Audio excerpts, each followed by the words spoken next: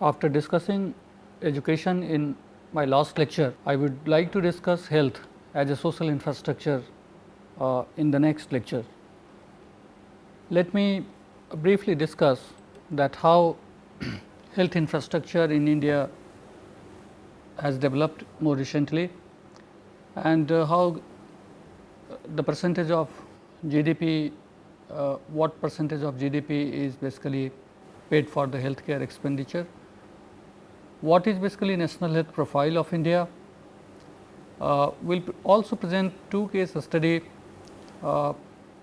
NRHM and pulse polio, and through this we will really have a live example of how healthcare facilities do play an important role in society.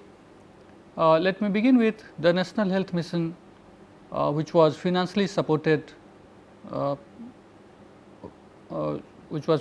supports the states to strengthen the public health system, including the upgradation of existing or construction of new infrastructure. So, the high focus states under National Health Mission can spend up to 33% and other states up to 25% of their National Health Mission funds on the infrastructure. So, here we can find out that out of the total allocation of National Health Mission, 33%, 25% to 33% of expenditure is on the infrastructure facilities developed for the health centers. Government of India's spending on healthcare remained very low compared to the other country, which is around 1.2% of GDP, approximately 4% of the total government expenditure and 17.8% of social service expenditure. This is the recent statistics by the Government of India in Economic Survey 2014 and 15. And this shows that compared to many Nordic nations, Finland, Netherlands, Denmark and many European countries, the expenditure on health is very less as a part of our GDP, and with second largest population in the world, this percentage of GDP on health is not really one of the positive indicator that India is really going to achieve a major targets in the health sector. If one can see here the population norms for setting up of a public health facility in India, health infrastructure, for example, for opening up a sub centers, population norms in general areas is 5,000, population norms in tribal, hilly and difficult areas is basically 3,000 population. So, if one has to establish, if the government has to establish the primary health center, the population norms in general area is 30,000, while the population norms in hilly and tribal area is 20,000. If government is really opening the community health centers, CHC, then in that case the population norms for setting up those CHC is 1,20,000, while in the population norms in tribal area and hilly area is 80,000. So, this indicates that how much population is required for opening up health centers. Let me also see here or discuss here the status of public health infrastructure in India. In terms of the sub centers, the number of sub centers available in India is 1,52,326. The primary health center is 25,020, community health centers 5,363, subdivisional hospitals 1,024 and district hospitals 755. This is the Government of India Rural Health Statistics 2014. So, this indicates that with the current population, this particular statistics of sub centers, primary health centers, community health centers, subdivisional hospitals and district hospitals is not really up to the mark, and this shows that India is really having a poor health infrastructure, especially the health infrastructure provided by the government. Public health infrastructure facilities is not really up to the mark, and that is the biggest challenge and question for the policy maker today to work on this. Let me also see here the fall of public centers in India, public health centers in India. In terms of percentage, if you can just see here the sub-centers, the percentage of sub-centers is 20% less compared to the requirement of sub-centers. In terms of public health centers, we have 23% shortage of public health centers. In community health centers, we have 33% shortage in terms of community health centers, and this statistics is based on the parameters which government has set for establishing those sub-centers, public health centers and community health centers.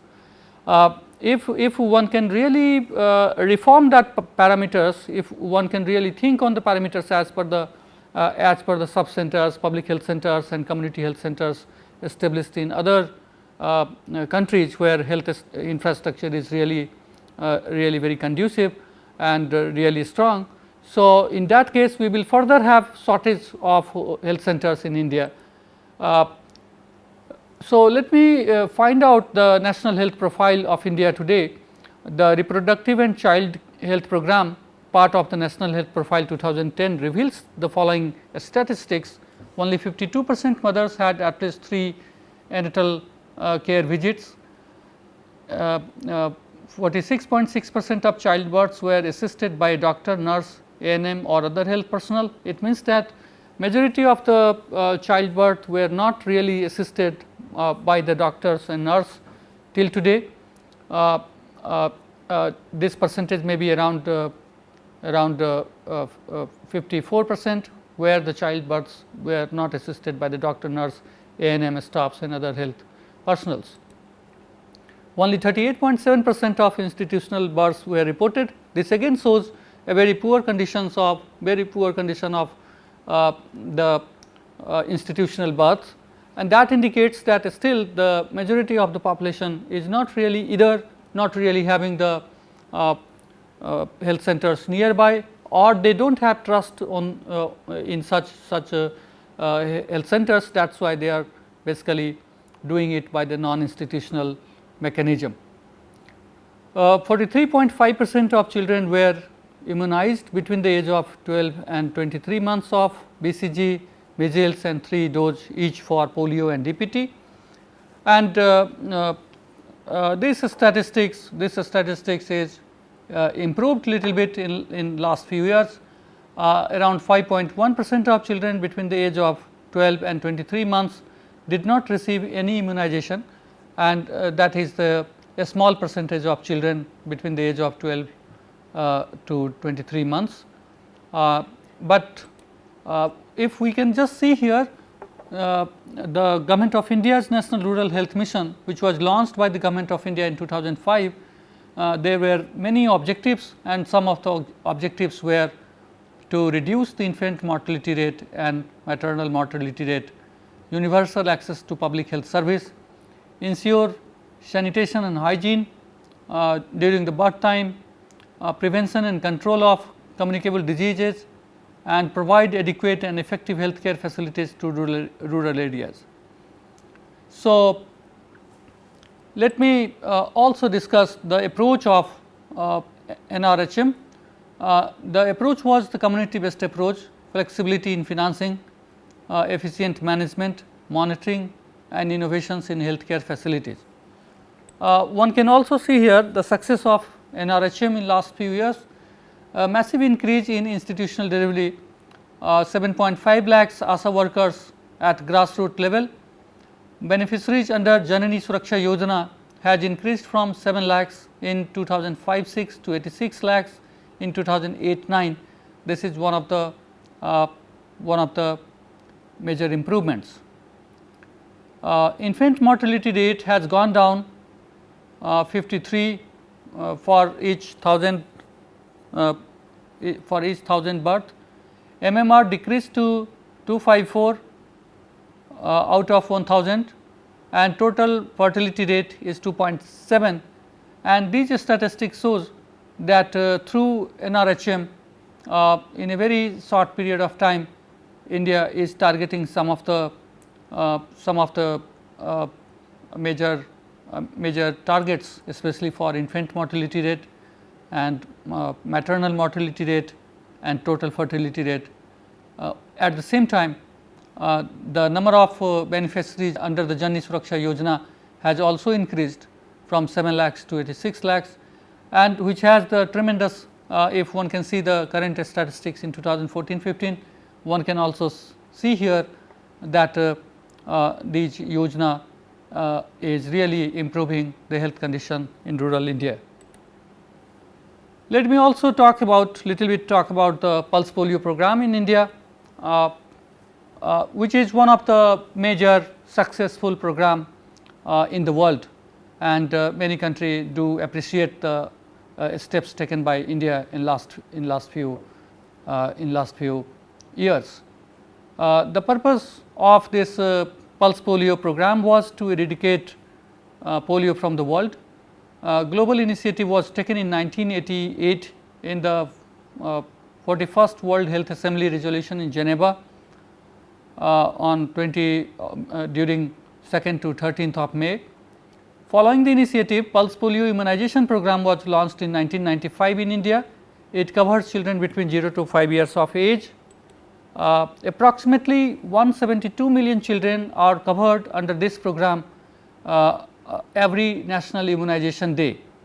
24 lakhs vaccinators and almost 1.5 lakh supervisors are responsible for the implementation of this program, and this shows that how India is really aggressive in especially in controlling polio through this particular program. Apart from massive deployment of staffs, rapid response team has been also developed in each state and union territories. Polio booths at Indian borders are established to check the disease from cross borders. Mandatory requirement of polio vaccination is ensued from March 1st 2014 by the government for Indian travellers going abroad in the countries like Afghanistan, Pakistan, Nigeria and other polio affected countries of sub-Saharan African nations. So, last reported case of polio in India January 13, 2011 in Panchla, Havra, West Bengal, October 22nd, 2010 in Pakur, Jharkhand, and October 24th, 1999 in Aligarh, Uttar Pradesh. Success in eradicating polio from India is really appreciated by the international organizations such as World Health Organization, and now new cases of polio has not been reported in last 4 years. No news of such cases in 2012, 13, 14 and in 2015 also till today. As a result of successful polio immunization program in India, World Health Organization removed India from the active endemic wild polio virus transmission, which is basically the potentially at risk country in February 2012. Let me compare the after this successful program on polio, let me also compare the regional disparity in health facilities in India in terms of beds per 1000 population. The more number of beds per 1000 population is available in Kerala, after that in Delhi. We find out that Bihar, Uttar Pradesh, Madhya Pradesh are really having even the average per bed 1000 population which India is having, below that level of availability Bihar, UP and Madhya Pradesh is having today. But at the same time we can also notice here that Bihar, Uttar Pradesh and Madhya Pradesh, these states are not a less populated state like Kerala. These states are really heavily populated, densely populated, Bihar is the largest density populated state in India in the recent census. So, this shows that the poor facility of beds per thousand population in the most populated states in India, and that is really one of the challenge and major drawback in improving health infrastructure in the populated states like Bihar, UP and Madhya Pradesh.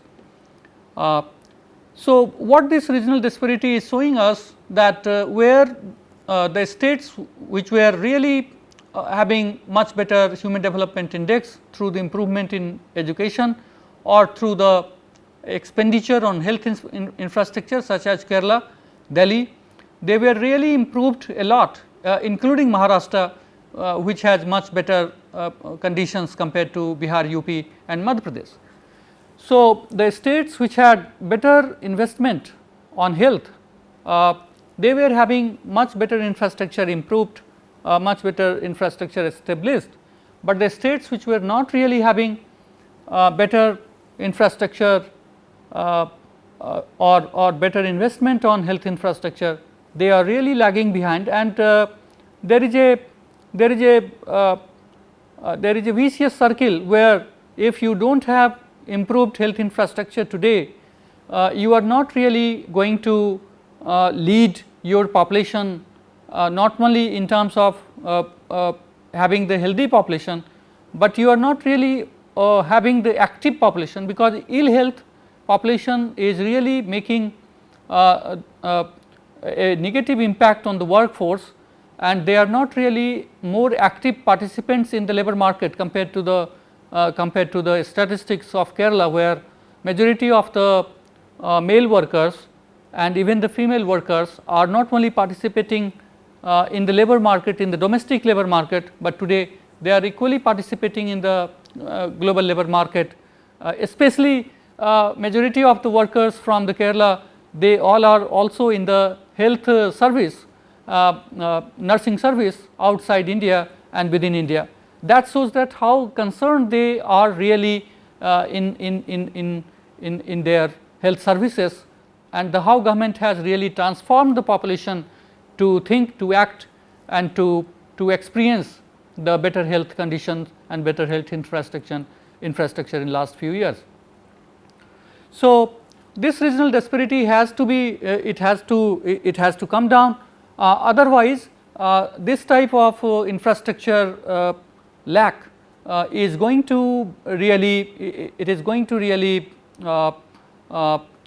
really create the problem for those states such as Delhi, which has large patients migrating from Bihar and UP, also from Rajasthan and Madhya Pradesh, because the better health facilities are developed in Delhi, because Delhi is the capital of India, and huge expenditures are being made for varieties of for many better hospitals such as AIIMS and Safdarjung and Ram Manohar Lohia and many other state run health centers and hospitals.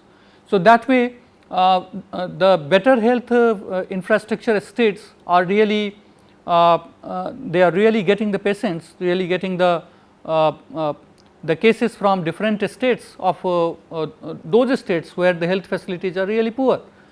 So, this challenge is going to increase day by day, because if regional disparities are not really taken care, then we are not really stopping the migration of the patients from one place to other place.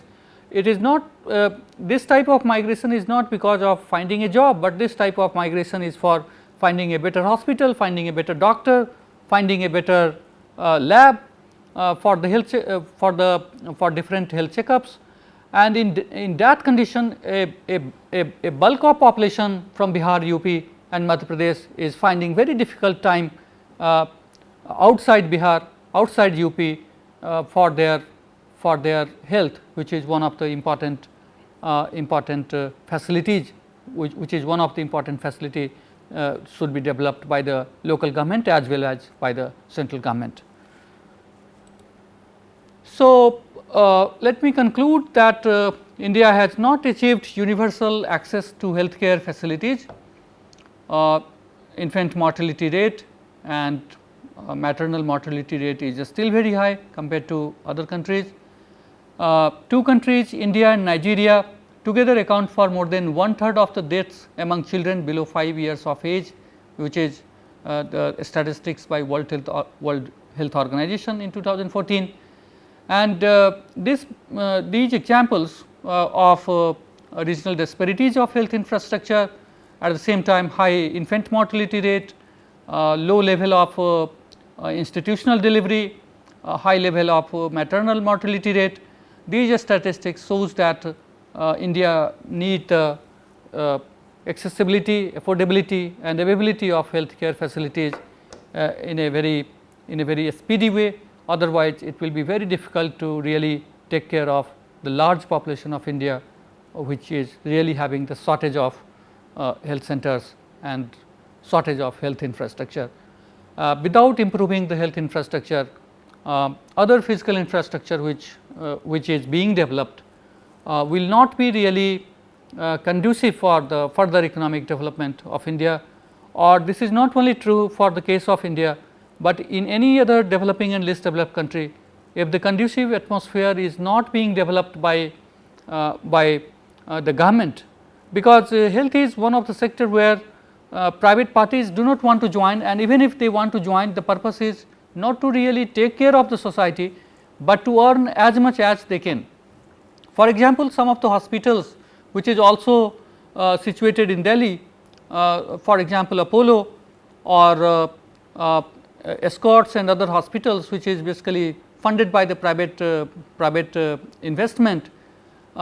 In those hospitals, the cost of hospitalization, the cost of being treated in the hospitals is so high that poor people cannot afford to really think for going those hospitals.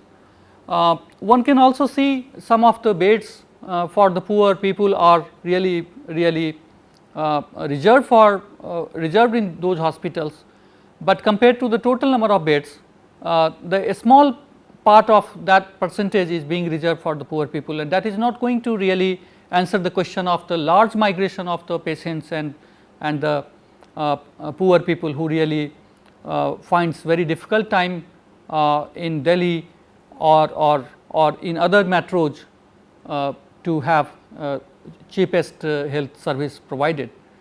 So, in such a situation where and health is not really the matter where health is not health services are not really the services which everybody wants without any reason.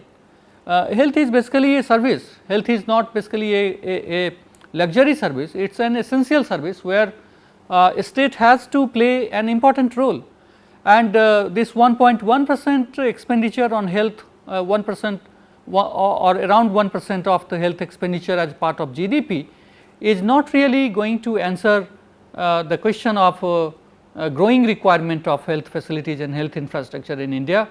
So, to sum up, one can only say that India, a country which has second largest population in the world, should not really ignore the improving the health infrastructure, because improving health infrastructure is leading us to a better social infrastructure for the economic development, and there is a link between the social infrastructure and physical infrastructure, which we have constantly discussed in this course in last few lectures.